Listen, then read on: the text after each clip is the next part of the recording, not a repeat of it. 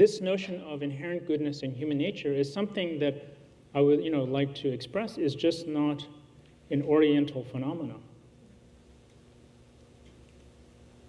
This notion of what inherent human nature has been obviously within many Asian traditions, but in the West, if you look at Aristotle,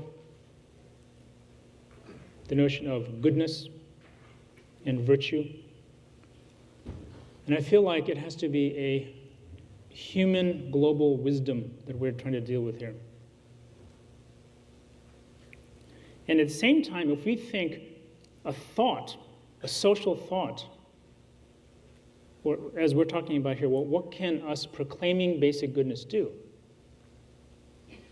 And many times when I'm talking about this, people feel like they have an inherent, in this culture, sense of not self-worth, but self-hate, self-aggression.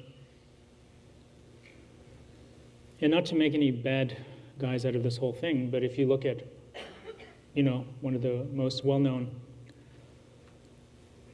sort of philosophers, Hobbes.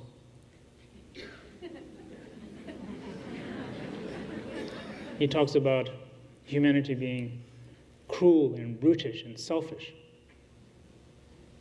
So to say that we are not influenced by thoughts and philosophy is just not true.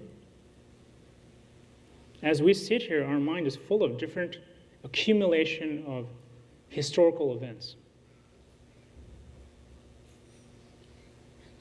This has been very interesting for me because, I'm coming from a tradition where I was raised in that tradition of saying, when you're very small, saying you're basically good.